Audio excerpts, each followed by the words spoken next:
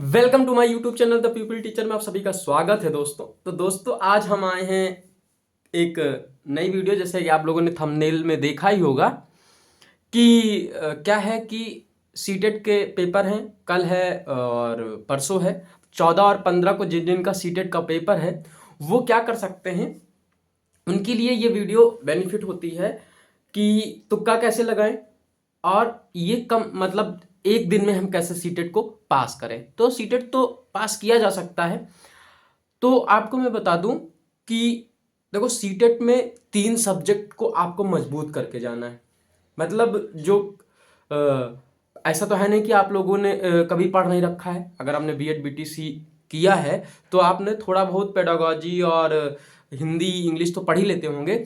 तो आप पहले एक चीज़ की कसम खाएं कि आप ग्रामर पे फोकस नहीं करेंगे। मतलब ग्रामर तो आपको पढ़ना ही पढ़ना नहीं है, क्योंकि ग्रामर जो होता है, ग्रामर सिर्फ और सिर्फ 2-3 नंबर की पूछी जाती है, वो भी पैराग्राफ में हो जाती है। तो ग्रामर के चक्कर में आप लोग ना पढ़िएगा, चाहे इंग्लिश हो चाहे हिंदी हो।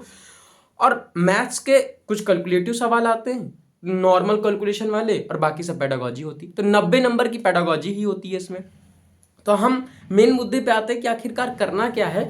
कि देखो हिंदी इंग्लिश जो कोई ले रखा है या संस्कृत ले रखा है, ईवीएस और सीडीपी, ईवीएस और हिंदी को आप मजबूत करके जाइए, ठीक है। और अगर जिसकी इंग्लिश है तो इंग्लिश कर ले। तो इनको अगर आप मजबूत कर लेंगे तो आप मैथ्स में आप अगर 15 भी नंबर पाते हैं तो आप एटलीस्ट पास हो जाएंगे। क्योंकि क्या है कि हमें ये नहीं है कि हमें किसी से कंपटीशन है, हमें सिर्फ और सिर्फ हमसे कंपटीशन है। हमें केवल 90 नंबर लाने हैं। तो 90 नंबर लाने के लिए हमें क्या करना है कि ऐसा काम करना है कि हमारे 90 आ जाए। तो पेडागोजी ही उसमें कितने की होती है? 90 की होती है। तो देखो पहले के सीटेट में और आज के सीटेट में जमीन आसमान का अंतर है, आप लोग समझते ही होंगे। लेकिन हम थोड़ी सी चीजें बता देते हैं। जैसे कि आप सीडीपी में जीन पियाजे, वाइगोत्स्की, और कोहलबर्ग और नोम चॉम्स्की, और हिंदी में भाषा अर्जन, भाषा की शैलियां, ये सब अगर आप पढ़ लेते हैं, तो आप क्या करेंगे कि आप अच्छे से अच्छे नंबर पा सकते हैं। मतलब आप पास होने भर का आप पा लेंगे।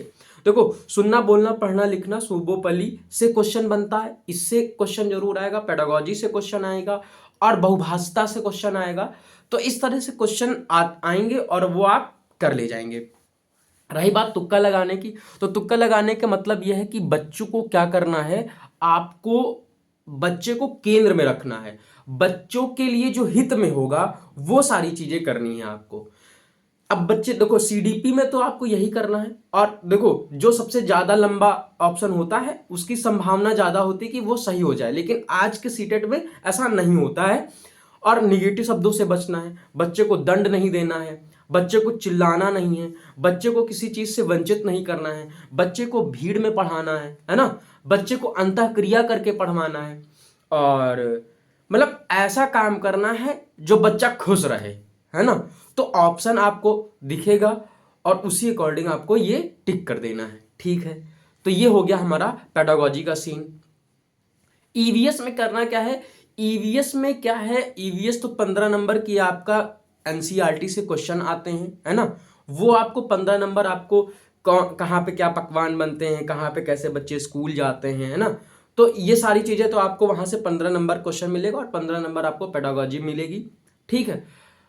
और जैसे कि सारी पेंटिंग आप पढ़ लीजिएगा, मधुबनी पेंटिंग और चिकनकारी और चांगथांग, है ना, ये जनजातियां, ये सारी पढ़ लेना किसमें? ईवीएस में। ईवीएस में पढ़ के जाना। और ईवीएस को सॉल्व करते समय सिर्फ और सिर्फ इतना ध्यान रखना है कि बच्चों को हमको क्या करना है, कहीं ना कहीं घुमा कर, है ना, और फिर रूम में ले आना। कहने का मतलब है जो भी चीज करना है जीवन से जोड़कर, वास्तविक जीवन से जोड़कर उसको क्या करना है, पढ़वाना है। या फिर उसे बताना है, कोई चीज अंतः क्रिया करके बताना है। अगर कोई मोन्यूमेंट है, कोई कुछ है, तो उसको रटा के पढ़ा के भाषण दे के नहीं, उसको क्या करना, उसको दिखा के वापस ले आना है। तो ऐसे क्वेश्चन जो आपको देखने को मिलेंगे ईवीएस में या पेडागोजी, तो 90 नंबर की होनी है। अगर आप पेडागोजी में अच्छी पकड़ है आपकी तो आपको सीटेट को पास करने से कोई नहीं रोक सकता। ये थी हमारी एक छोटी सी वीडियो।